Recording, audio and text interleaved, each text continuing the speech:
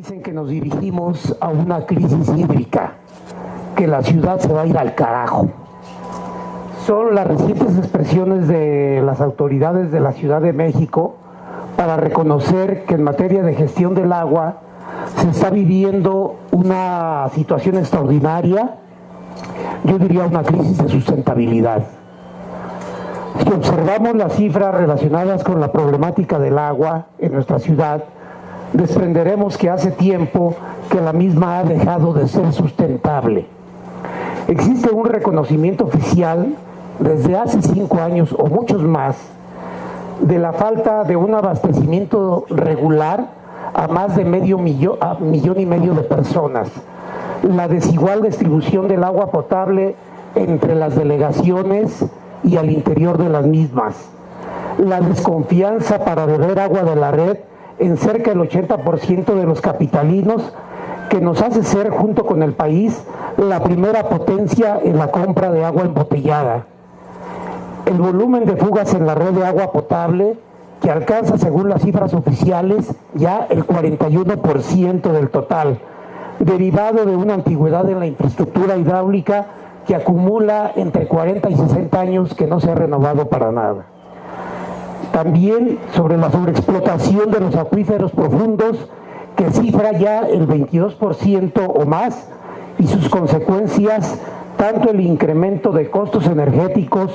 por el aumento de la profundidad de los pozos, como en la evolución de los hundimientos regionales, de los cuales todos tenemos conocimiento. La falta, por supuesto, sistemática de recursos financieros para cumplir con programas y metas que han sido ya preestablecidos, pero que jamás se tienen los recursos suficientes para, de manera óptima y de manera eficiente, invertirlos en la modificación, en la renovación y en el manejo de la red hidráulica. Por otra parte, existe un consenso entre los investigadores de la problemática urbana en las metrópolis mexicanas sobre la alta gravedad que vivirá el Valle de México en el 2030 respecto al agua y probablemente también con relación al drenaje. Problemas todos ellos, entre muchos otros, que impiden el cabal cumplimiento del artículo 4 constitucional que consagra el derecho humano al agua a partir del año de 2012. En ese marco de problemas, es de todos conocidos que una de las consecuencias de la sobreexplotación de los acuíferos es la compresión de los suelos arcillosos que integran el subsuelo del Valle de México. Este fenómeno lleva más de 100 años y ha sido profusa y profundamente estudiado por investigadores y autoridades. Esta compresión, a su vez, ha provocado hundimientos en la superficie del suelo de las zonas bajas de la ciudad que superan los 32 centímetros en la zona oriente de la misma, en la delegación Venustiano Carranza, en la delegación Iztapalapa, en Tláhuac y por supuesto en lugares cercanos a ella que son del Estado de México, como Ciudad Nezahualcóyotl y Jico, se presenta esta magnitud de hundimientos que ya rebasa los 30 centímetros por año. Nada más imaginen ustedes que se acumulen en 10 años estos hundimientos y tendremos más de 3 metros de deformaciones, es decir, el equivalente a más de un nivel de una casa. Las casas miden del orden de 2,50 de altura, pues ese nivel, esa altura, fácilmente es superado por los hundimientos a lo largo de 10 años. Se sabe además que al mantenerse y aumentar los hundimientos, en determinados sitios de la ciudad se van desarrollando hundimientos diferenciales y grietas en la superficie del suelo que afectan la infraestructura municipal y dañan el patrimonio de los habitantes. Se trata de problemas que están alejados de la coyuntura, que no ocurren en este año o en el otro. Son problemas que vienen ocurriendo de decenas de años y se podría decir que ya son más de 100 años los que vive la ciudad de ese problema. Pero también por el fenómeno de este problema seguirán desarrollándose a lo largo de muchos años, no obstante que se vayan tomando las medidas adecuadas. Es decir, tenemos una problemática de los hundimientos diferenciales y de las grietas que va para largo. Es esta una problemática que debe de ser reconocida por las autoridades, porque forma parte de los graves problemas de sustentabilidad de la ciudad, que es originado por la aplicación indebida de una política pública secular y porque atenta contra el patrimonio de miles de familias, en muchas ocasiones el único, adquirido con grandes esfuerzos. No se trata de un problema de deficiencias en la autoconstrucción de casas o del uso de materiales de más la calidad, como en muchas ocasiones argumentan las autoridades, porque eso es lo que dicen: es que tú construiste mal tu casa.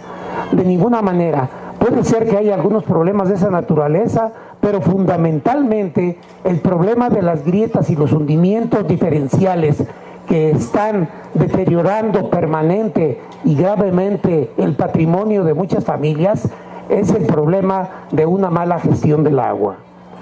Por eso, a mi juicio, es insuficiente plantear de manera general en el proyecto de Constitución que la ciudad tiene la obligación solo de revertir el desequilibrio geohidrológico. Eso es decir mucho y es decir nada, porque simplemente con plantear este punto no podemos entender qué es lo que sucede. Tiene que reconocerse explícitamente, como se plantea en el proyecto de Constitución de Morena, en el apartado 9 de Derechos Ecológicos y de la Naturaleza, el gobierno tiene la obligación de reparar los efectos y daños provocados por el hundimiento diferencial y por las grietas. Si bien debe agregarse que esto debe hacerse mediante programas de corto y mediano plazo que permitan atender aquellas construcciones habitadas que se encuentran en peligro inminente de colapso y que pueden alcanzar varias decenas de este tipo de construcciones. Hace poco, en un recorrido acompañando a la diputada Ana María Rodríguez por zonas de Iztapalapa, encontramos verdaderamente situaciones complejas y muy lamentables de gente que vive en condiciones muy marginales, gente que tiene un patrimonio ya totalmente deshecho, con una vida bastante precaria y que tiene las construcciones en medio de grietas, o las grietas pasan por en medio de ellas, con unos tremendos separaciones que podemos ver de un lado para otro de las habitaciones, lo que ocurre entre una habitación y otra y los problemas que tenemos allí en los pisos de esas construcciones. Pareciera que nos encontramos ante el falso dilema de continuar extrayendo el agua con todas sus secuelas en el desequilibrio hidrológico, o bien dejar de extraerla con el ritmo actual y afectar a los habitantes. Y digo falso porque es posible, mediante otra gestión más integral y ciudadanizada del agua, como la que aquí se ha venido presentando, comenzar la necesaria e inapasable represión de la no sustentabilidad. Debido a que el problema de los hundimientos y de las grietas es, como ya dijimos, una consecuencia de una política pública, la ciudad debe responsabilizarse de revertir el desequilibrio hidrogeológico, de la gestión sustentable y óptima del agua de lluvia y de las aguas residuales, tal y como se plantea en el apartado 6 del derecho al agua de esta Constitución propuesta por Morena, y complementado en el apartado 11, en el que se obliga al gobierno a lograr un balance hídrico en el que se distribuye equitativamente el agua entre la naturaleza y los usuarios. Llamo nuevamente la atención de referenciar estas afirmaciones en el proyecto de Constitución, porque son planteamientos que suman lustros de ser promovidos por diversas organizaciones sociales e investigadores, y en realidad no ocurre nada. Es un planteamiento, es otro adicional, y seguimos con los mismos problemas a lo largo de muchísimos años. De esta manera, el derecho humano al agua y la sustentabilidad hídrica seguirán incumpliéndose y esperando a que la crisis anunciada por los estudiosos estalle en el 2030, que ya no son muchos años los que nos faltan para llegar a eso. Para que nuestra ciudad, el patrimonio habitacional de miles de habitantes, el derecho humano al agua y los acuíferos del valle no se vayan al carajo, para que abandonemos la ruta de la crisis y para que esta ciudad pueda realmente vivir, integremos en el texto constitucional de la ciudad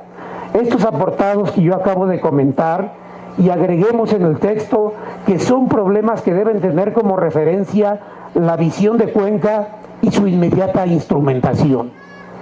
Finalmente, llamo yo la atención a que en este marco de ley, en esta iniciativa que hoy están defendiendo los diputados de Morena frente al Congreso Constitucional, tomemos en cuenta también otro tipo de iniciativas que a nivel nacional se han venido dando, estas iniciativas alternativas a la famosa ley Corenfeld, que por cierto está detenida hoy en el Congreso, para que impulsemos estas iniciativas que vienen siendo trabajadas por esta comunidad que le llamamos Agua para Todos y que está también fuertemente respaldada por los investigadores de la UAM Iztapalapa. Muchísimas gracias.